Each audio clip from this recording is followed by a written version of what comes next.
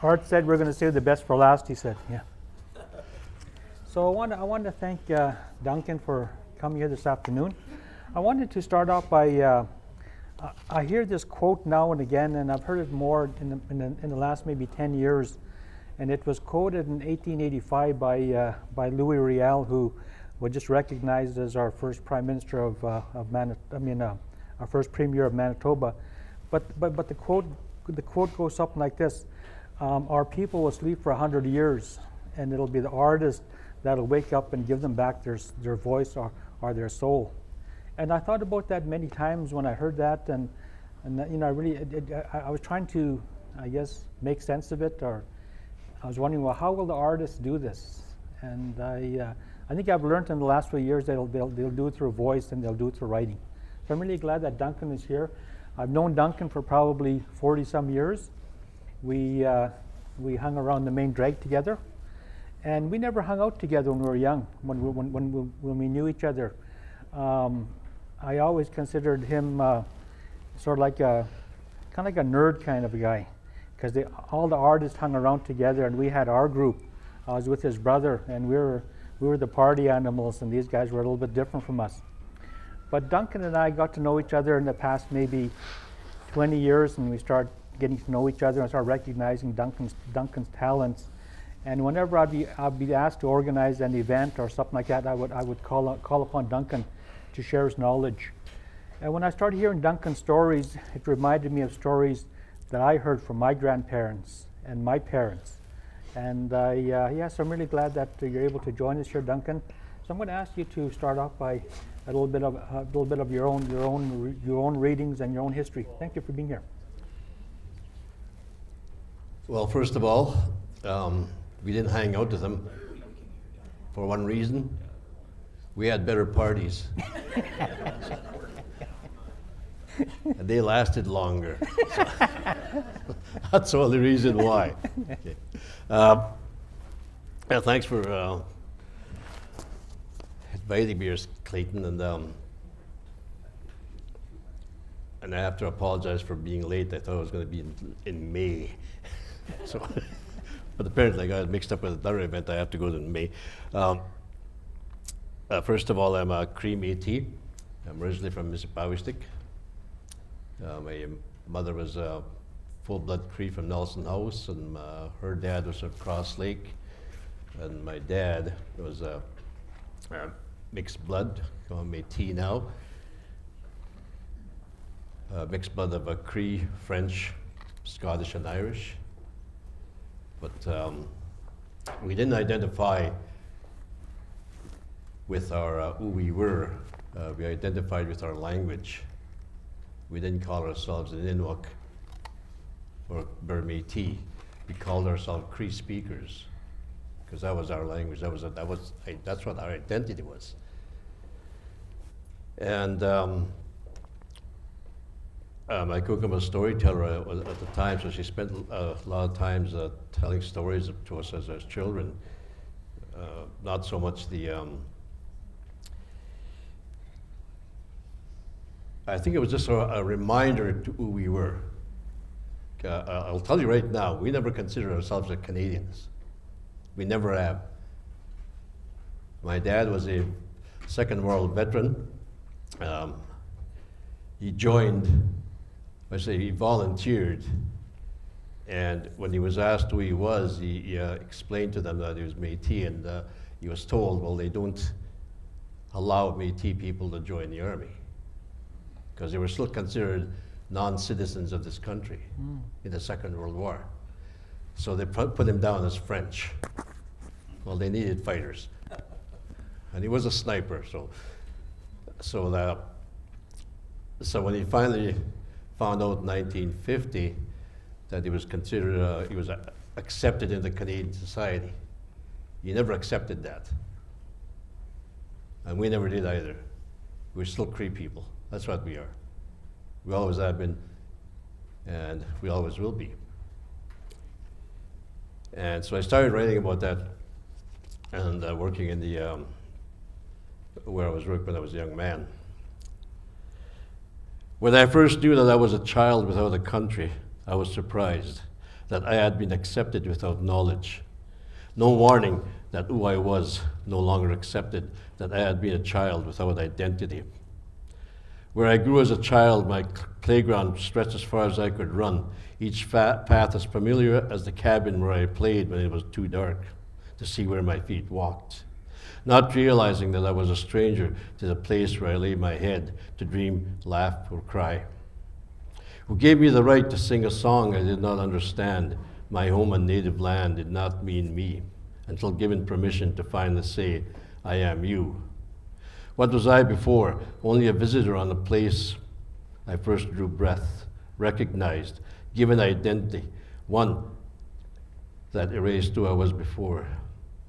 Why was I displaced? And this piece I'm going to share is the one that I put in a little chapbook I created after the 215 bodies were realized that there was missing babies in the residential schools. When I was born, I was given a name.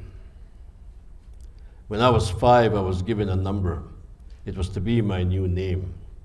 When I faded away from where I was, I became a faded memory.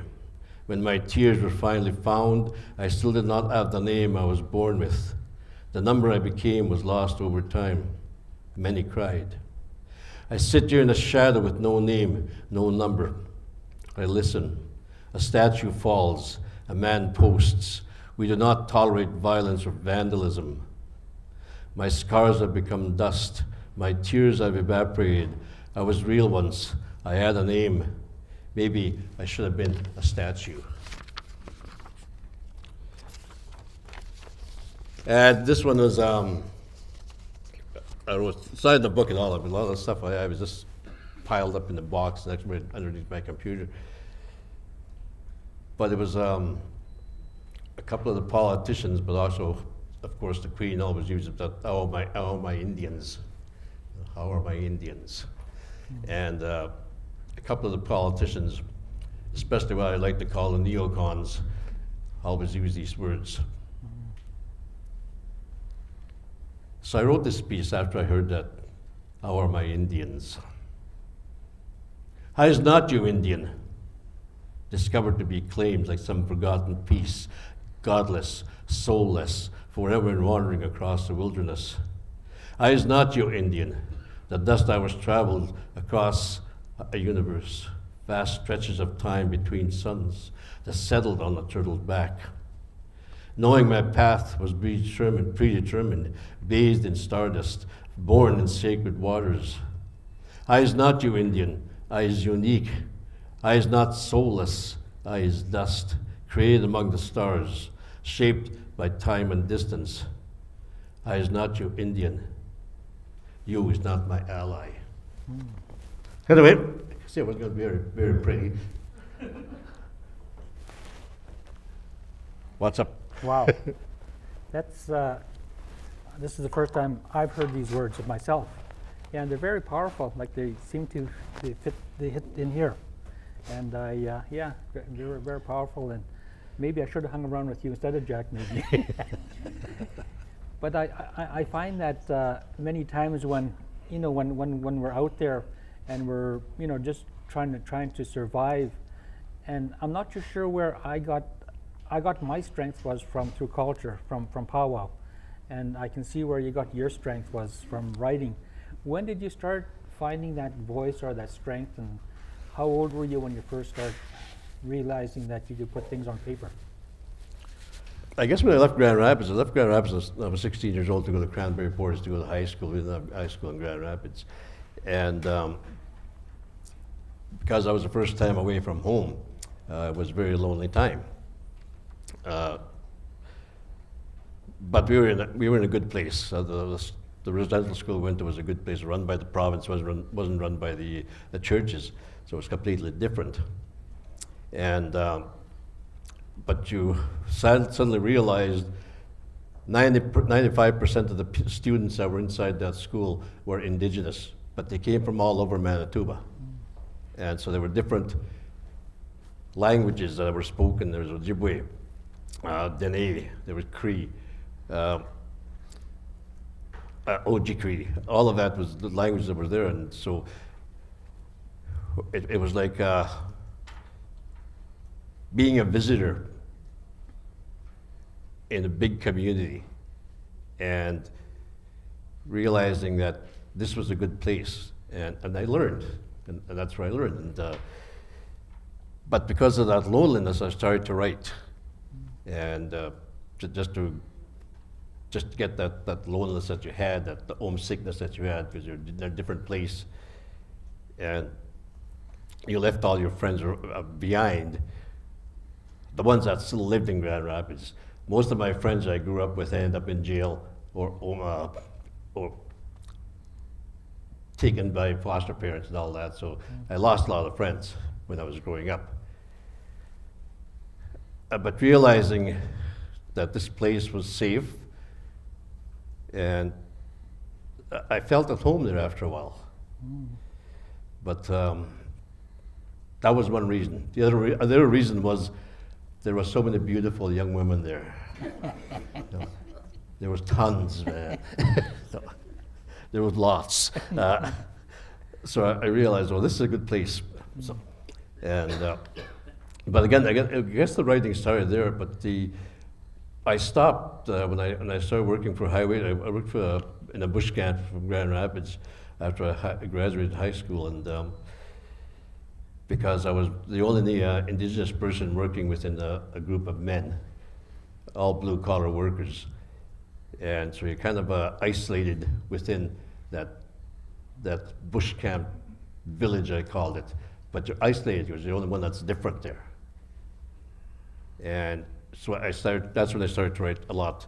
But I didn't share anything, because most blue-collar workers are very anti-gay. You know, and if you wrote, if you especially write poetry, right away they identified you as being that kind of person. And didn't matter how hard you worked or who you were fooling around with, to them you were still gay. That was it. So. Yeah. So when did you finally, I guess, feel racism on your journey? When it really kind of hit close to you? When did you first start feeling that? Once Hydro got to Grand Rapids. Okay. It didn't take long. It was our village, but it was taken over. And we were made to feel like we were beneath everybody else. Hydro had this great thing that they had, was they created a hierarchy that was never there before, which was Hydro employees, the construction workers that came there, and then the Métis people were put there, and then treaty people were at the last. So that was the tier system that they created. And that's where we started to realize we were below everybody else, at least in their eyes. In our eyes, we weren't. And so, but it was quite open. It was not hidden racism. It was out in the open. We experienced it all the time. So we learned how to fight. So. That was kind of my next question. I grew up in a home with 8 older brothers, and we grew up around army bases, and that's how we survived, was fighting. So how did that change you, I guess, in your writing journey, racism? Well, I think it was it kind of disappeared when I left Grand Rapids. Like I was 16 years old and I left Grand Rapids, and then my writing started ease off a little bit from that racist part I was experiencing, but it came back again once I started working in the bush camps. Because again, being an Indigenous person, you're basically you're trying to prove yourself every time a new band came onto camp. You have to prove yourself over again. I mean, you worked your ass off all those years, and then all of a sudden somebody new comes in, and the first thing they say is, "Who's the Indian?" You know, who's the guy I'm working with? Who's the Indian? That was the first thing they said. You know, how long is he going to be here? You know, I've been here for 3 years already. I don't think I'm leaving. You know, so. I found that I think things really changed for me I think sort of like around maybe 1989, 1990.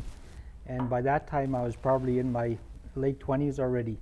And but I found that when Oka happened, and I was watching Oka on the news every night, and realizing the damage that was done, the history that was done to Indigenous people in Canada by the Canadian government, that really kind of really changed me at that time, and it made me want to ask more questions. Whereabouts in that sort of journey did you start changing? I don't think I ever have. Okay. You know, I still have the same ideas. I still have the same beliefs that this country talks a good talk, but they never follow the path that we're supposed to follow. You know, they make a lot of promises. How many promises do you know of that they've completed? And so it's things that, to me, this country has not changed since I first met Manitoba Hydro. In fact, I think it's gotten worse in my eyes. And that people argue with me, no, it's changed a lot. Maybe it has, I don't know. But the path I've been on, I have not experienced that change. Maybe because we have a big mouth, I don't know. Maybe so.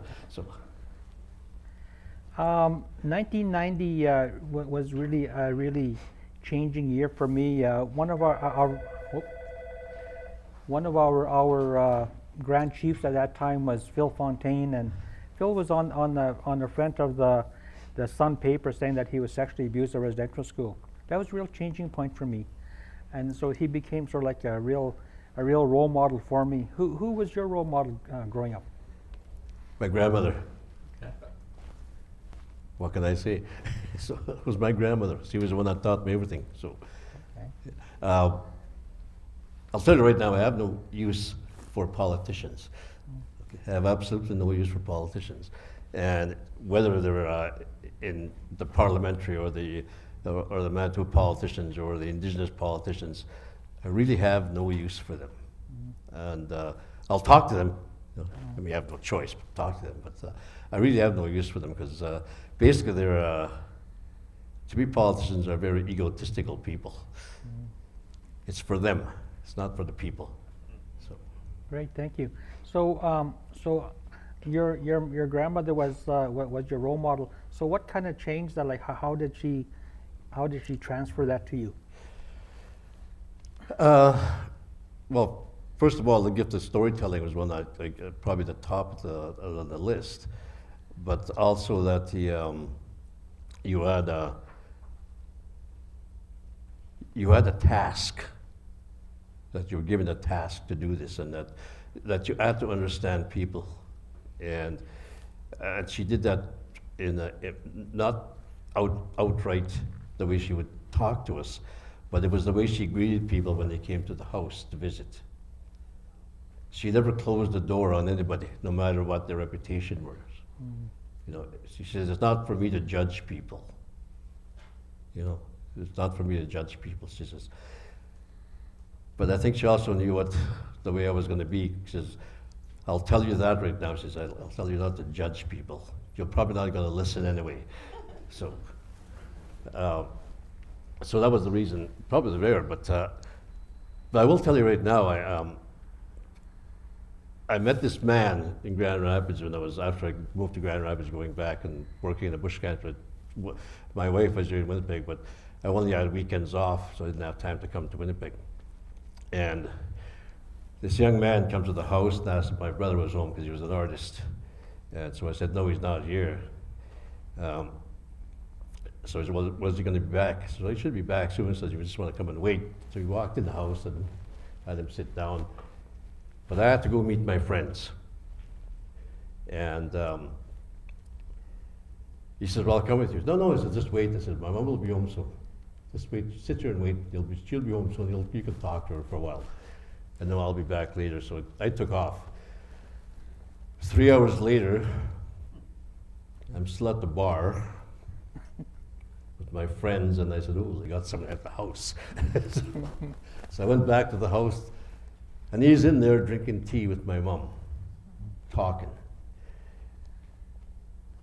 And we finally introduced ourselves. That was a bad habit, not introducing myself. And he said, my name is Terry. I said, my name is Duncan. It was not till years later I found out his name was Teru. And he became a really good friend of mine. And we talked a lot about the way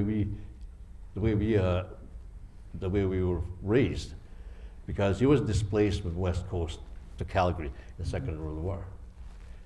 And we talked about losing our house in Grand Rapids and moved from where our piece of property to somewhere else in a village.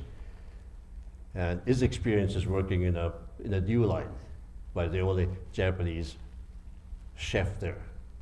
And me working with Highways Department and the hydro and all that, and being the only Indigenous person there. And what we learned growing up, or working, because we're growing up as we're working, realizing that we live in a separate country, that we live in a separate country. We live in the same country, but we were treated differently. And we became really good friends. In fact, became such a good friend, he married my cousin. So, well, she was kind of pretty, you know. But I want to tell you this, I know it's just about time, I just saw that little sign go up. Yeah. So, when I was working in the southeastern Manitoba, we were talking about your St. Agathe history there, your experiences there. We were working surveys out there, and I ran the instruments, the transit measuring instruments, and the men would all cut the lines, and I'd give them the line where to cut. And a small town in southeastern Manitoba.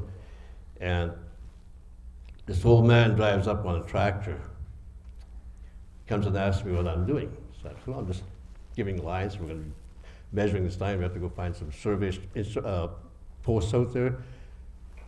And he goes, who are you looking at? I said, well, there's 3 guys out there. They're cutting bush. You're going to put up the instruments. I'll measure it. I'll read the angles, and then it'll come out. He's looking. And he says, I can't see anybody. I said, well, I'm looking through the transit, I said. So I still can't see anybody. So finally they start walking out. I said, oh, they're coming out now. And finally they pop up. And he looks at me, looks out the field, looks at me again. He goes over to my buddy who's working in the van, taking all these, taking numbers and tossing at him. And all of a sudden my buddy starts laughing. The old man jumps on his tractor and takes off. And my buddy comes over and says, you want to know what the old man said when he was talking to me? I said, no. What did he say? He said, you know, that little Japanese guy can sure see far. So, I guess you're my relative.